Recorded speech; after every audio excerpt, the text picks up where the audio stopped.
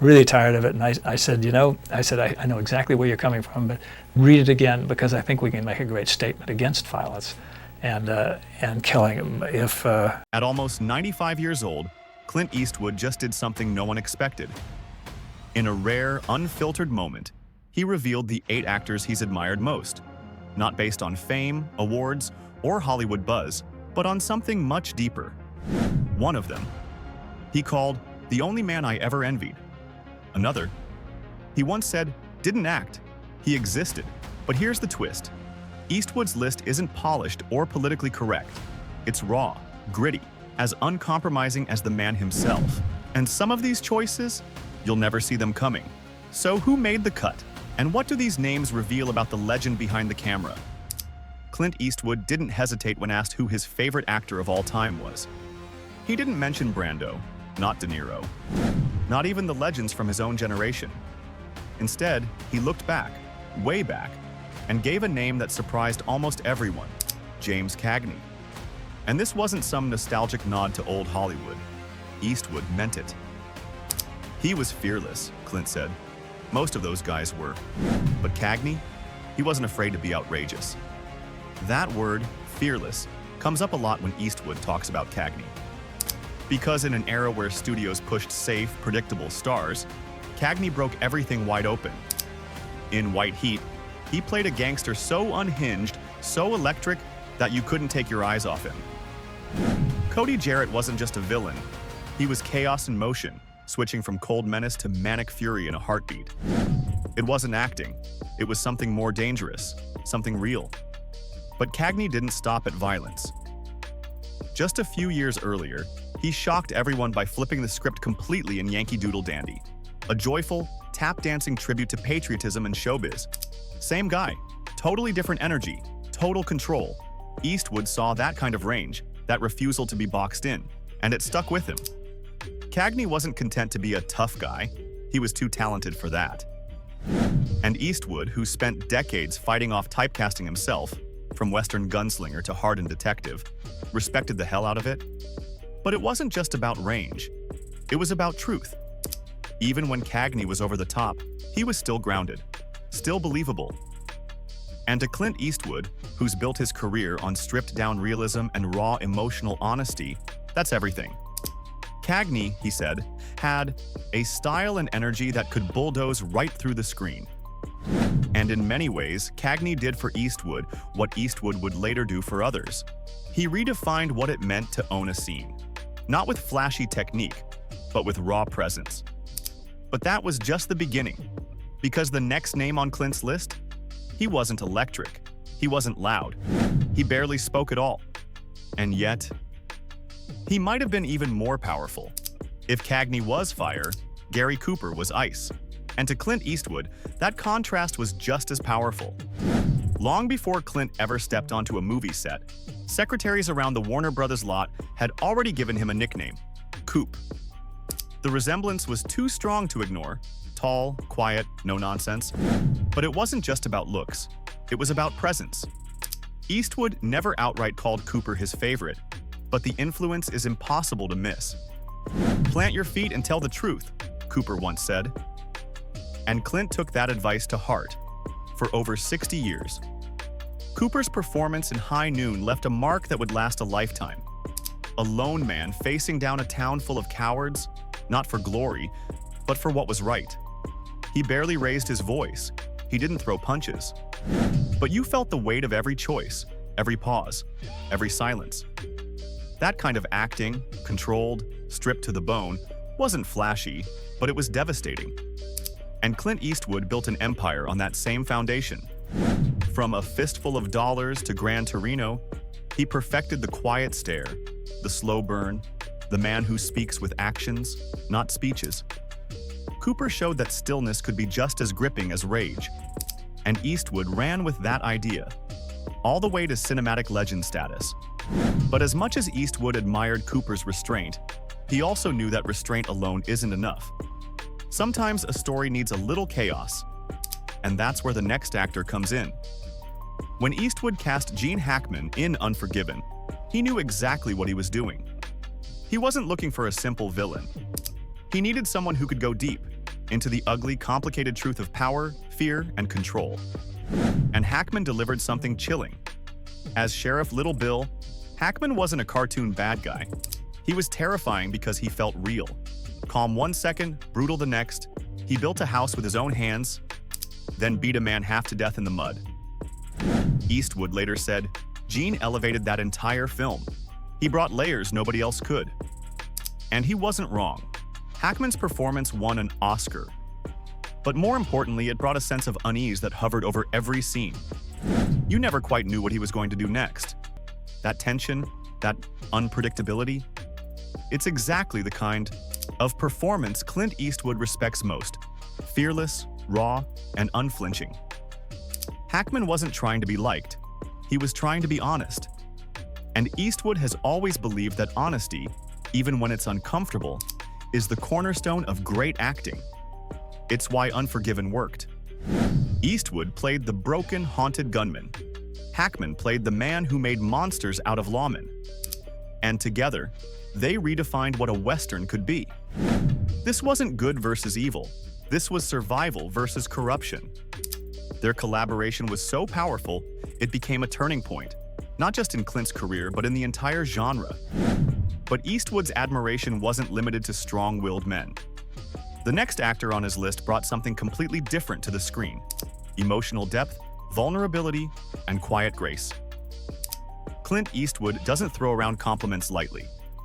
But when it comes to Morgan Freeman, the respect runs deep and personal. They've only worked together on 2 films, but those 2 changed everything: Unforgiven and $1 Million Baby.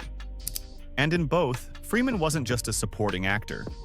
He was the emotional anchor, the moral weight that kept the story grounded. In Unforgiven, Freeman's character Ned Logan is weary, weathered, and holding on to a past that never really let go. He's not the fastest gun or the loudest voice, but his quiet presence, his empathy, his regret, it hits harder than any shootout. And Clint noticed. "Morgan has that stillness, that gravity," Eastwood once said. "You believe every word because he never wastes one." That trust led to $1 Million Baby, where Freeman played Eddie Scrap Iron Dupree, the gym's quiet caretaker, the story's unseen heartbeat. He watches, he narrates, he holds the pain that no one else can voice. And when the final scenes hit, it's his silence, his look, his restraint that devastates. Freeman won an Oscar for it. But more importantly, he became one of the few actors Clint would call a true collaborator, not just a castmate. Because what Freeman brings, dignity, wisdom, soul, is rare. And it's something Eastwood has always valued more than flash or fame. But not every name on Clint's list shared his quiet style.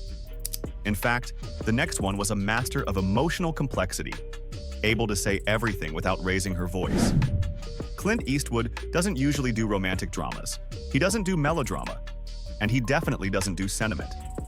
But in 1995, he made The Bridges of Madison County and cast Meryl Streep as his co-star. It turned out to be one of the best decisions of his career. Streep played Francesca Johnson, an Iowa housewife caught between duty and desire. It was a role filled with unspoken tension, quiet longing, and emotional conflict. And Eastwood knew it needed someone who could do everything by doing almost nothing. And that's exactly what Streep delivered. She elevated every scene, Eastwood later said. There's a grace in the way she works, a focus. She doesn't just play the character, she becomes her. The chemistry between them wasn't loud or dramatic. It was hauntingly intimate. 2 people out of time caught in a love story neither expected, and both too honest to fake. For Eastwood, who thrives on restraint and understatement, Streep was a revelation. She communicated heartbreak through the smallest shift in her eyes. Regret in a single breath.